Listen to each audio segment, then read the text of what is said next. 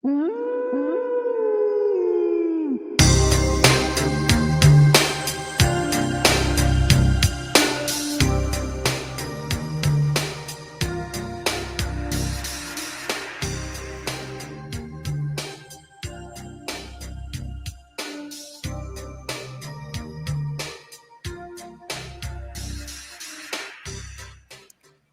3 Wrestling Podcast. It is Thanksgiving 2024. We are here for a abbreviated episode of the Take 3 Wrestling Podcast.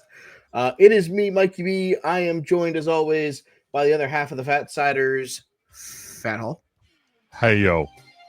I don't even know where Joe is. He may be on assignment in Dubai for all I know. I have no idea. In Joe's defense, about 30 minutes prior to our hitting the record button, I was sleeping. So, well, I will forgive Joe if he is asleep. I don't know if he is asleep. I will assume he's asleep. I feel like we should blame the Tadurkin. Dude, the turducken is ducking today, man. Holy smokes. That combined with the shitty football has just made a recipe for put me the fuck to sleep. Wow. I mean, I get it, NFL, you tried, but like, did they? Sucked out loud. Like, I'm not even sure they tried that hard, if we're being totally honest about it. Well, I mean, they Roger Goodell, you know, he smokes crack, so he probably thought the Cowboys were going to be a playoff team. Yeah, you smoke crack, don't you? Sorry about your luck, bud. I mean, he knew that the Lions were going to be a good team, and he's like, oh, we can put Caleb Williams on a national TV spotlight. And then that game, he just said, fuck it, let's put a cold team in the middle of fucking Green Bay. Brutal. It's just brutal stuff, man. For those that are listening, because this is going to go up on both the Take 3 channel and the 3CT channel. So for those listening, that here's a different intro music, different style of intro. 3CT, we were off tonight. We're always off live and everything on Thanksgiving. We did have an interview Matt did with Valentina Vasquez talking about the Bell to Bell show this Saturday at in Paulsboro, New Jersey. So go check that out. Listen to that interview. If you're in the Paulsboro area, go check out that show. It's a great women's wrestling event. So please go check that out. Great independent wrestling coming to Paulsboro. So like we just kind of threw this together. And maybe some of the other guys will pop in. We don't know.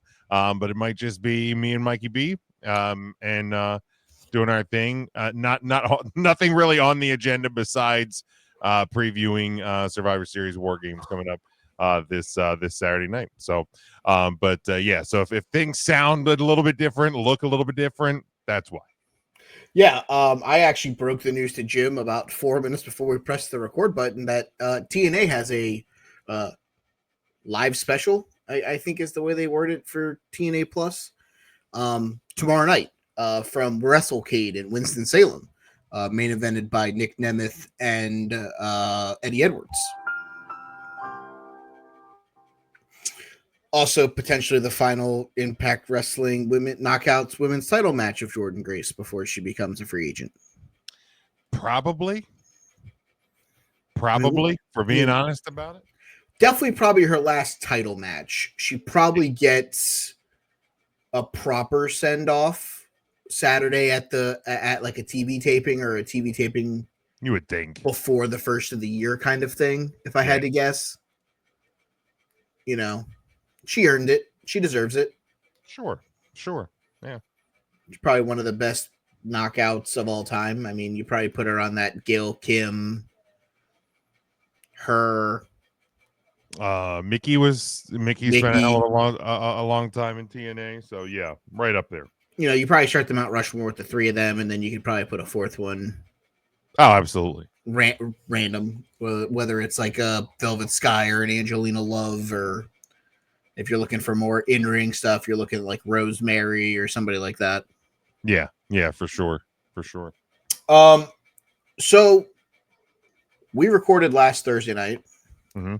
We didn't know who the fifth man was going to be. Mm-hmm. Mm-hmm. And then we got the ladies and gentlemen, my name is Paul Heyman. Yep. When you heard that, did you think there was any chance that it wasn't Phil from Chicago? No. Okay. Yeah, no, I know some people very quickly were like, "Oh my God, is this Brock Lesnar?" No, I didn't. I guess there was part of me that thought, Ryback? is it another? No. Hell no. I thought maybe there was another Samoan. I mean, Like, they did sign Zilla, didn't they? yeah, so like there's part of me, it's like, is Heyman just bringing in another member of the family?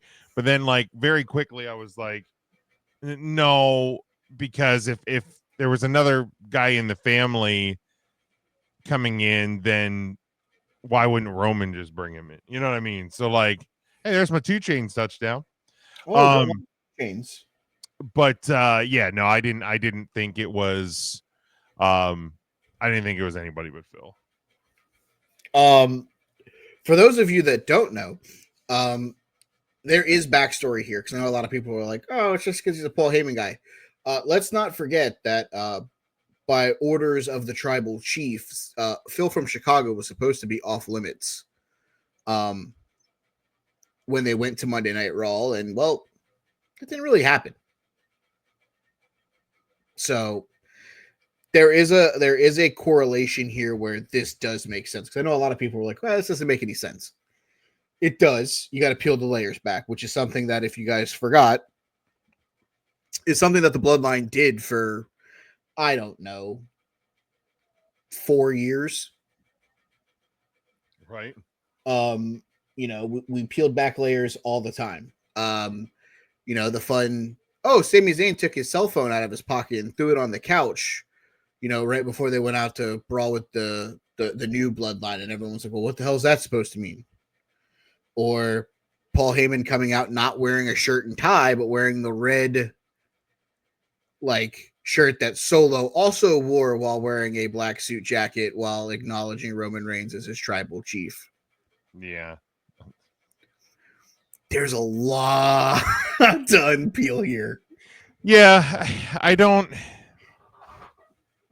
Part of me is like, they're doing it To throw everybody off. To get people talking, to get people more interested in Survivor Series, more interested in potentially Saturday night's main event. We're going into Rumble season. We're going into Raw on Netflix season. Like, I think you're going to start seeing more things to try and spice things up. I don't know if there's anything to it, but I love that we had that storyline for as long as we did, and a lot of people posts have been like, man, there's nothing really to sink your teeth into. It's kind of boring. So they're like, you know what? Hold on. Right. Yeah, the WWE can very quickly let me reel you back in. Hold on. Very quickly put a new spin on something to get you back interested. Yeah. So at this point, the show itself looks good. I know there was a lot of questions, and they were like, "Is Cody going to defend the title here?" Nope. That's Saturday night's main event. Yeah. So it is Saturday night. Rogers Arena, Vancouver, British Columbia. That's where the Canucks play, correct? That is, and I believe this is a 6 p.m. start. Huh? 6 p.m. Eastern time start. Let me do a journalism on that. Wow, that's wild. Yeah, let me do a journalism on that here real quick. Yeah, because if that's the case, I'm probably gonna have to watch it on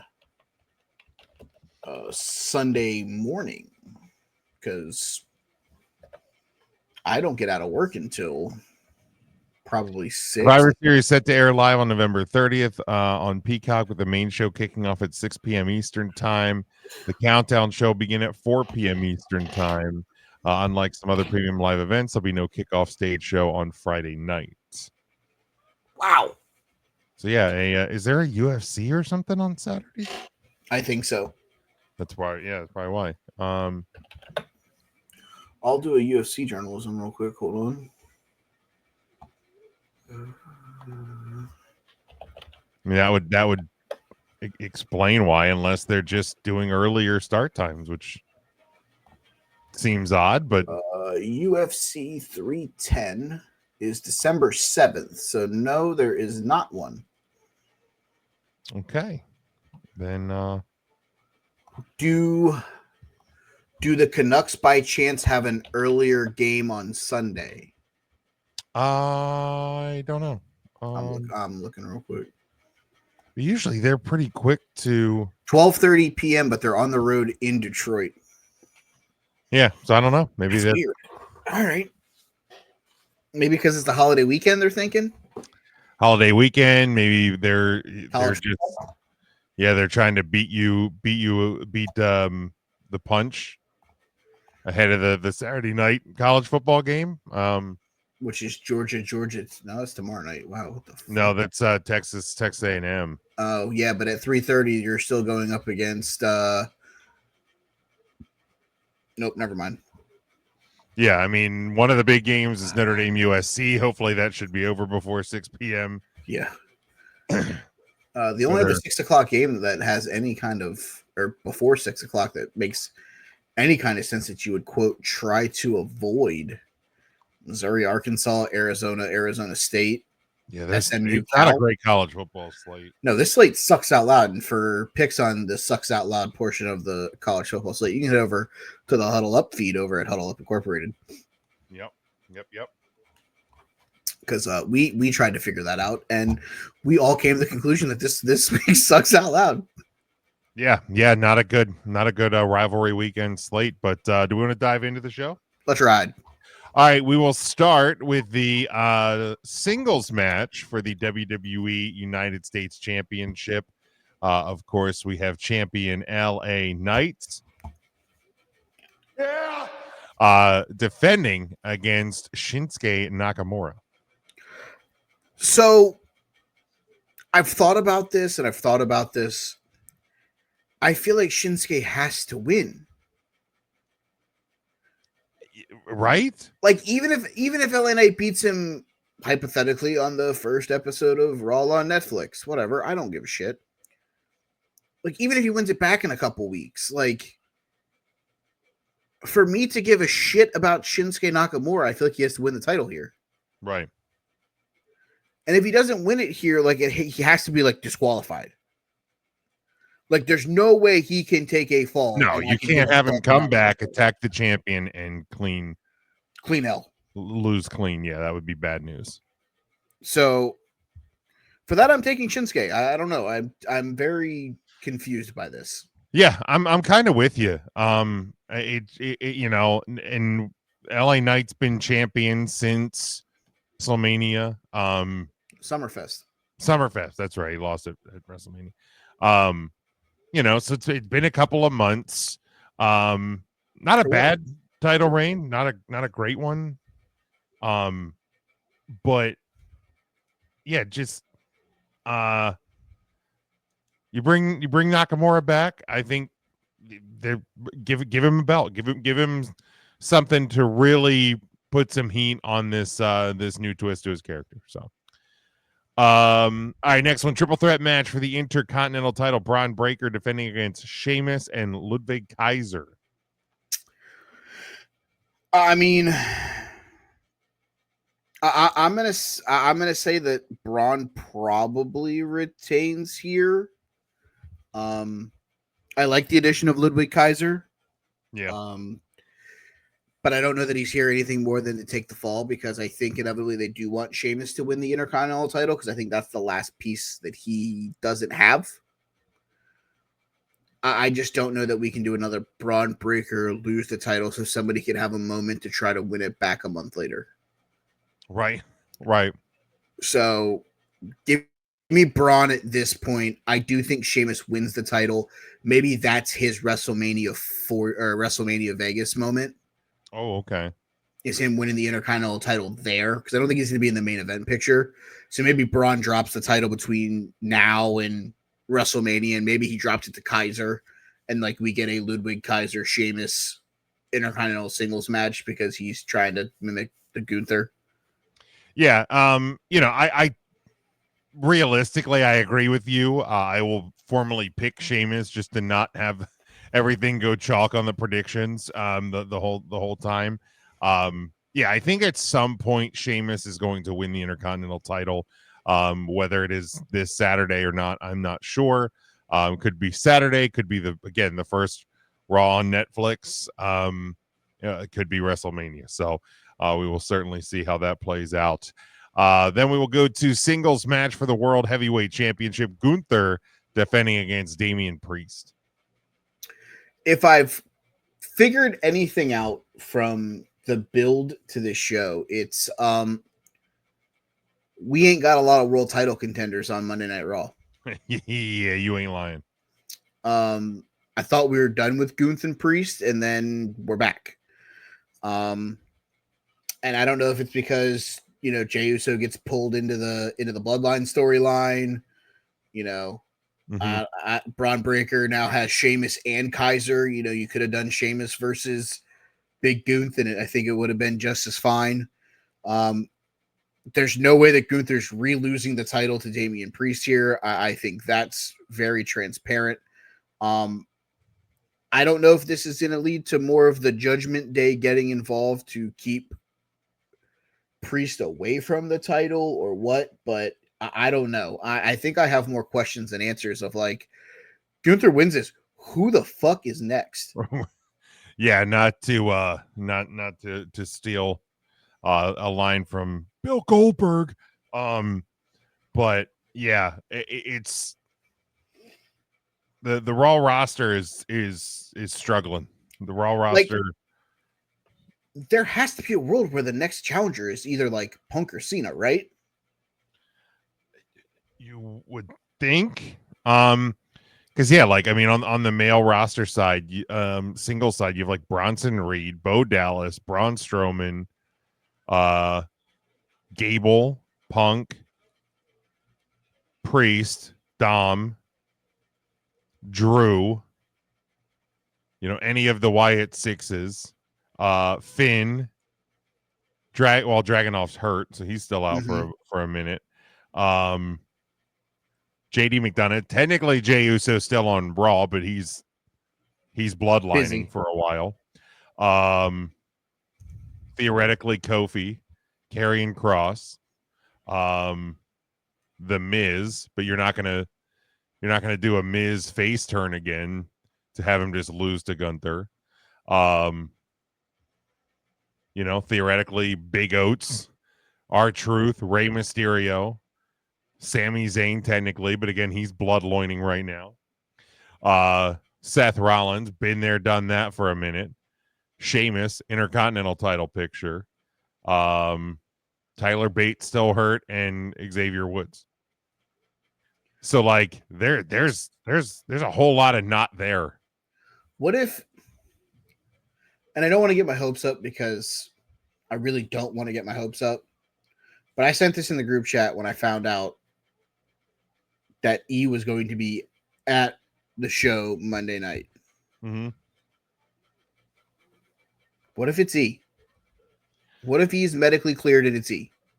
I mean, I'd be here for it. That'd be awesome. I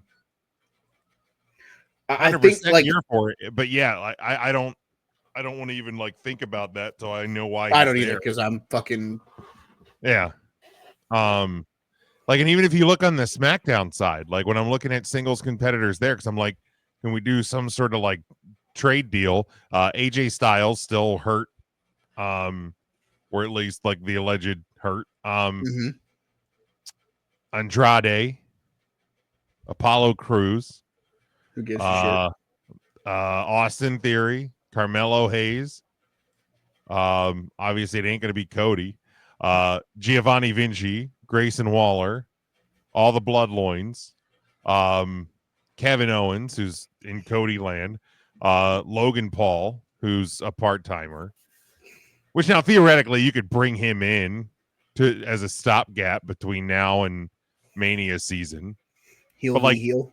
but like, do you need to? Because you have Saturday night's main event, which is you already have a title match there. Yeah, I don't even know that Goon's going to defend the title on that show. No, I don't think he needs to. And then your next big show is Royal Rumble. So figure out something between Netflix and the Royal Rumble. Let me see here. Who else is there? Randy Orton. Technically hurt. Storyline hurt. Storyline hurt. Right, storyline hurt, and that's pretty much it. Like I feel like we live in a world where Cena shows up on the first Raw on Netflix and challenges Goon for the title at Rumble. Yeah. Or it's Phil. It's one of the two of them. Yeah. I honestly think it'll be Cena. He wins and Punk wins. But then Cena won't be in the Rumble match. That's which he didn't say he was going to be. He said he would be wrestling at the Rumble. I mean, we talked about it on the show when Cena's retirement tour was announced. What do we have to do more than anything else? Make sure John Cena is protected in the ring. Mm-hmm.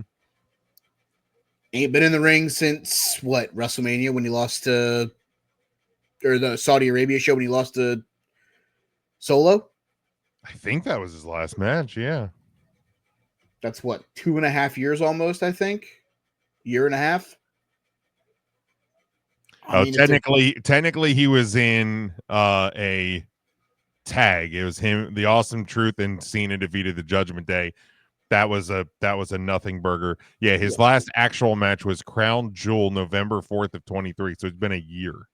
So it'll be a full calendar year plus. Yeah, year plus. It's already a year plus. It was November 4th of last year. So does Cena potentially wrestling in the Rumble where you can catch stray bullets in that match? Phil all about that. Yeah, I'll say look at Punk, Phil multiple times. Look at other guys who have taken. Oh, look, he just goes to take the bump over the ropes, or coming in and catching a straight fired SOS from Kofi Kingston and get a concussion, and then you potentially lose him longer. Or do you have him work a 12 to 17 minute match with Gunther where you can kind of rest hold through it, because Gunther does work that more physical wear down style, which then can lead to Cena hitting the 5 moves of doom, winning the title, going into WrestleMania against Phil, where you can now work the ring rust off of John between the Gunther match and WrestleMania. You can almost paint by number that Phil match in a closed environment behind the scenes, the couple months leading into it, where you just tell those guys, okay, every other day we're just going to come in and we're going to do 10 minutes worth of cardio and of this section of the match just to try to get a long Punk versus Cena match at WrestleMania. We've also talked a final Royal Rumble, a final Elimination Chamber for John. Do we want to take those away from him? And that's why, Phil will make a lot of sense depending on how the show ends Saturday night. Yeah, agreed. But I think Gunther retains here no matter what. Yeah. That so all of that said, Gunther wins easily. All right, then we go to our women's WarGames match. WarGames.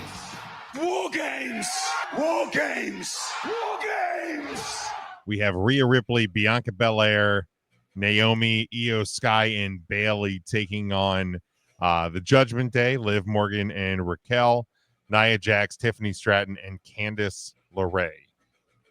I will take random teams of people who hate each other for $600, Alex. Right. Just here you go. Here's a bunch of women wrestlers. Here's the women wrestlers that aren't hurt. Yeah, here's your mid-card titles, guys. Obviously, I guess let's talk Bayley being in because Jade Cargill is out, because that did happen. Yes, and it's reportedly a legit injury, long-term injury. See, I saw something today on PW Insider that says, not the case. Really? Yes. I saw it. I think it was about 4 or 5 o'clock when I was using my phone to not sports bet. Let me see here. Jade Cargill, where's it at? I saw it earlier. Jade Cargill update at 3:45, 4:45. All right, so here we go. Dave Meltzer, Wrestling Observer, reporting a legitimate injury to Jade. The angle being used as a cover for her legitimate injury, which keep her out for at least 3 months. However, an update from PW Insider, multiple sources in WWE have confirmed that the legitimate injury rumors are 100% incorrect. They were told that the attack angle on Cargill was a storyline with the list of injuries being announced, put over the severity of the attack, as well as stage a future storyline. So Jade Cargill either hurt or not hurt. You heard it here first, folks. So she was supposed to be in the US title tournament. Mm-hmm. I'm pretty sure they already taped her match and who replaced her. So will not spoil that on the air. But yes, I think it already happened. That being said, Bailey being the replacement, someone who has feuded with Bianca Belair for months on end. How is she teaming with the person who turned her back on her in Damage Control? Details. Like, why isn't it Kyrie? Why isn't it Dakota? Are EO, Dakota, and that's also then what? Yeah, that's confusing. Yeah, because they're still Damage Control because they literally Dakota literally came back and they had a 6-women tag match. Like, Or is this kind of like one of those like the enemy of my enemy is my friend sort of a deal? Because like Nia came to Raw and like beat up people, so like Bailey showed up to. I mean, all I saw was the part online where she made the comment, if that doesn't prove that I'm loyal, I don't know what will. Right. But like, still, I think there's more confusion than answers. Yeah, I mean, it literally just feels like and I hate saying this, but it does just kind of feel like here's a women's WarGames match because we have to do a women's WarGames match. Yeah, that one just doesn't make any sense. Like, and I don't necessarily know that I think the faces can win. No, I don't think they can. Like, I get it. Rhea Ripley is supposed to be like the $6 million woman, but like, that's all they got. Mm-hmm. I mean, Bianca is superhuman. We've proven that she's the female John Cena. But, I mean, Bailey, EO, like I'm sitting here talking to myself, and I'm like talking myself into like almost wanting to take Team Rhea, but it's like, yeah. You know what? I'm gonna go a little bit more. I think I'm gonna go a little bit more crazy. Can I go no contest in a WarGames match? Yeah. All right, we're going no contest. Tiffany Stratton cashes in Money in the Bank and exits the cage, causing her team to technically lose. But I'll go no contest because I don't think that they'll actually say that they lose. Okay. I'm trying to come up with something. I mean, I'm gonna pick the Team Judgment Day plus, just because I feel like it's much easier for like faces to not work together when there's a lot of like back history with both of them. Mm-hmm. And the heels can just, we found our loophole, we can beat them into submission. Like it's cheap, it's lame, it's silly, but that's kind of where we're at with this match, unfortunately. It really feels that way. Because like that's just kind of the road that they've given us here. But now we get to like the real meat of the show, the men's War Games match. War Games! War Games! War Games! War Games! Oh man, the Dolphins stink. We got the OG Bloodline Plus, Roman Reigns, Jimmy and Jey Uso, Sami Zayn, and CM Punk. Light a candle already for CM Punk in a fucking War Games, please. Like, he survived the strap match. He survived Hell in a Cell. Like, are we just like testing the limits of what Phil from Chicago's body is able to withstand at this point? Like, motherfucker couldn't withstand the Royal Rumble, and we're like, let's throw him in every violent match we own. I mean, I feel like there's got to be a opportunity for him to wrestle inside of Elimination Chamber too. Oh, probably. Give him a shot at whatever title he wants. Hell in the Cell, all of them. Let's put him in all of them. All right. They are taking on Bloodline 2.0, Solo, Jacob, Tonga, and Bronson Reed. What are you thinking here, Mike? Oh man, there's a lot to unfold here. Are we saying Rock's coming back at the end of this thing? He almost has to, right? Like, why are we doing this if The Rock doesn't show up? I don't think The Rock shows up if the new Bloodline wins. Okay. So if we're living in a world where we think that Rock's going to show up, I think I have to take the Bloodline and CM Punk. I think there will be frustrations. I think there will be them not working well together with Phil at points. At least Roman and Phil. Okay. There may be a spear or two, or a running knee in the corner, that friendly fire. Sure. That may lead to something further down the road, because every part of this storyline for the last 3+ years has been, how do we get to the next page in the story? But I think that there has, like, you didn't have the Usos take the tag titles off of the Tongans.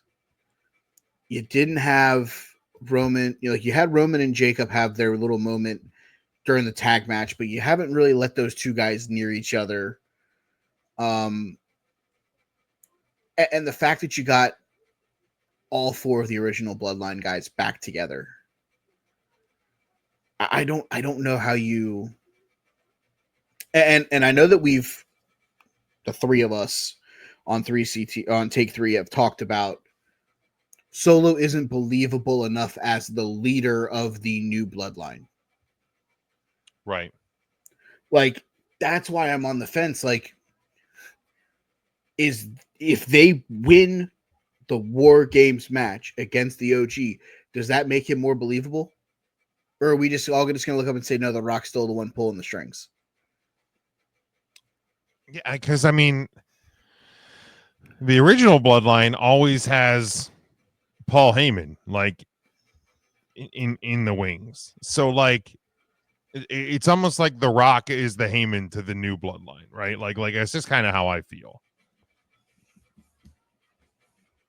So, except for Rock will inevitably wrestle Roman Reigns. Well, sure, absolutely, but like, yeah, I feel like it's always just kind of gonna be in the back of everybody's head that The Rock's there. The Rock, it's not when it's not if, it's when.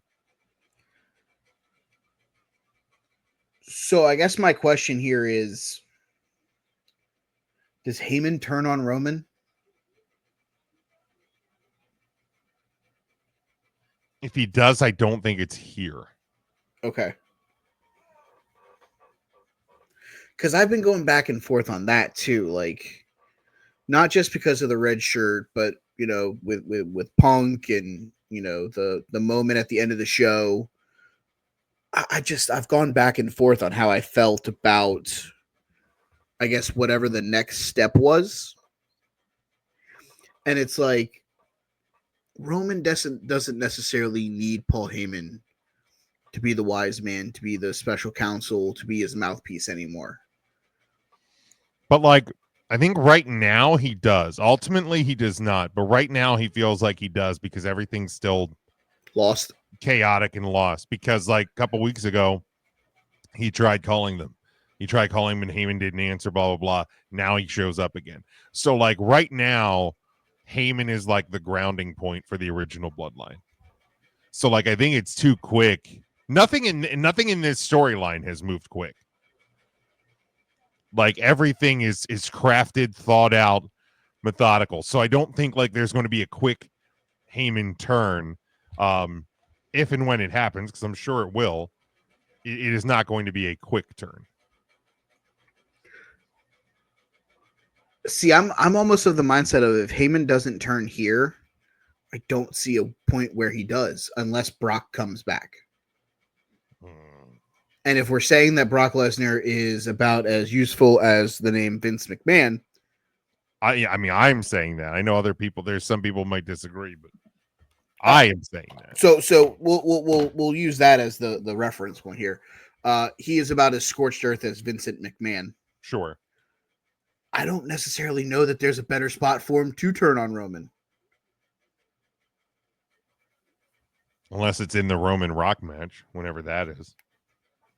WrestleMania, more than likely, if I had to guess. Yeah. That's probably the only other place that it would make sense. Dude, like this feels like when the Bloodline was in the first WarGames match that they did together, where like we sat here and we were like, oh my God, there's 39 different things that they could do. Yeah. All of them are going to have a reactionary method to how this plays out. Mm-hmm. Like, I think there's like 3 guys in the entire match that could eat the fall. Mm-hmm. I think it's the 2 Tongans, and I think if the OG win, I think it's Jimmy. Okay. Like, I don't see Phil getting pinned. I don't see Roman getting pinned. I don't see Jacob getting pinned. I don't see Solo getting pinned. Yeah. Jay Uso shouldn't get pinned. Not necessarily that he won't, but I don't think he should.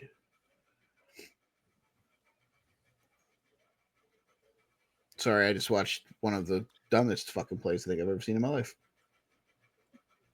Are you on the Packers game? Yep. That's definitely an incomplete pass.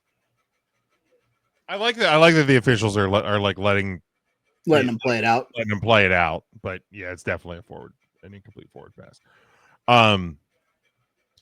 Yeah, here's the thing, man. Like the OG bloodline, I feel like has spent way too many weeks on their back at the end of the show. Like they've been taking metaphorical L's for weeks. Like they almost need the win. It's like the Floyd Mayweather meme where he's just like throwing L's at the screen. Yeah, like just one after another after another after another. Like this week when Heyman came back and brought back Punk, like that was the first time it felt that like was the first had W any leg up since Roman returned. It's the first W since the 4 of them have been back together. Yeah, so like it has to be the original bloodline, which then opens the door for The Rock. Like it just opens the door for more things to happen. So I guess I'm gonna go with the OG also. Is this match happening at Royal Rumble or is this match happening at Mania? Which match? The Roman Rock? Rock Roman.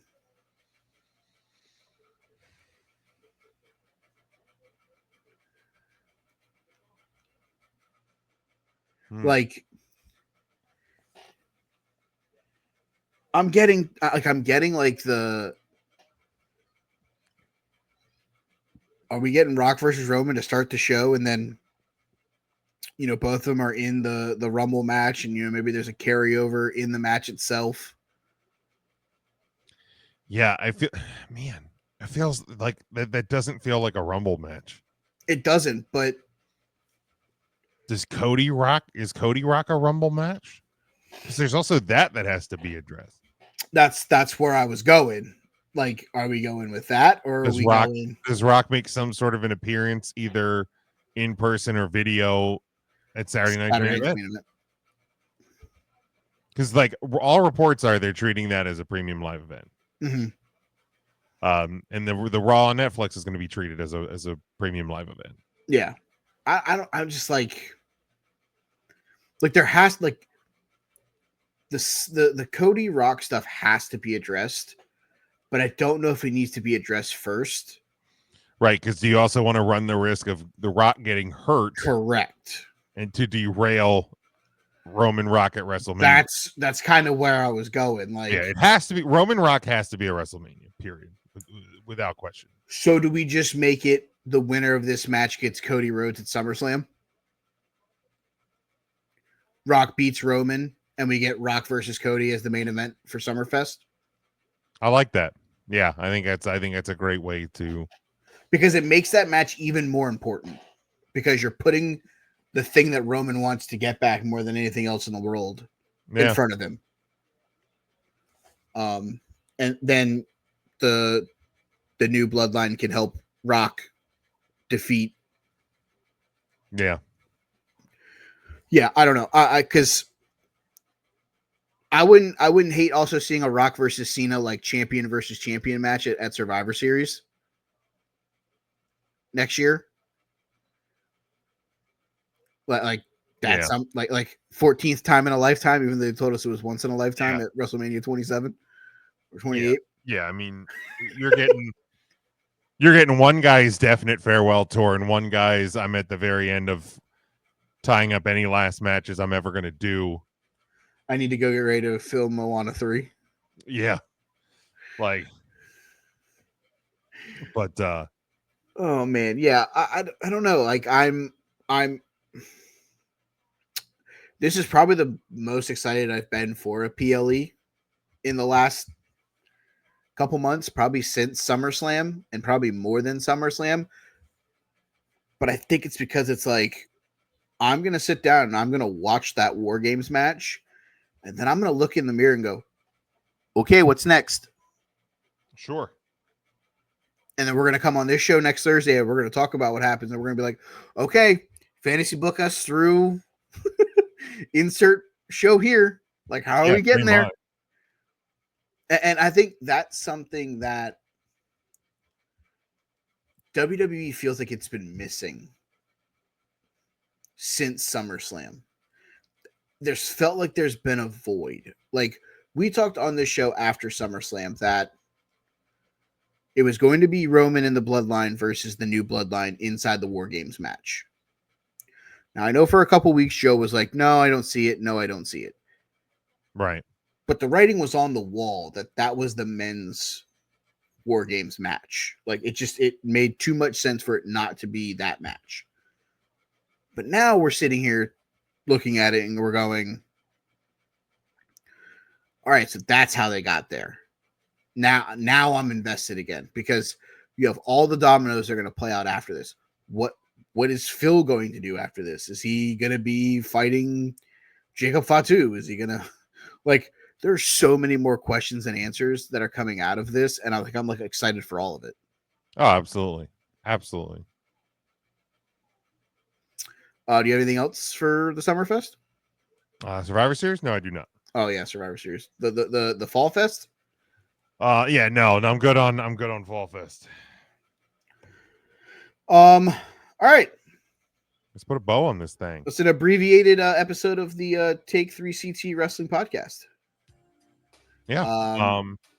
Yeah, you can get us 3CT on Facebook, Blue Sky. We're still on Twitter, Instagram, TikTok, everywhere at 3 Count Thursday, across the board, YouTube, podcast channels as well.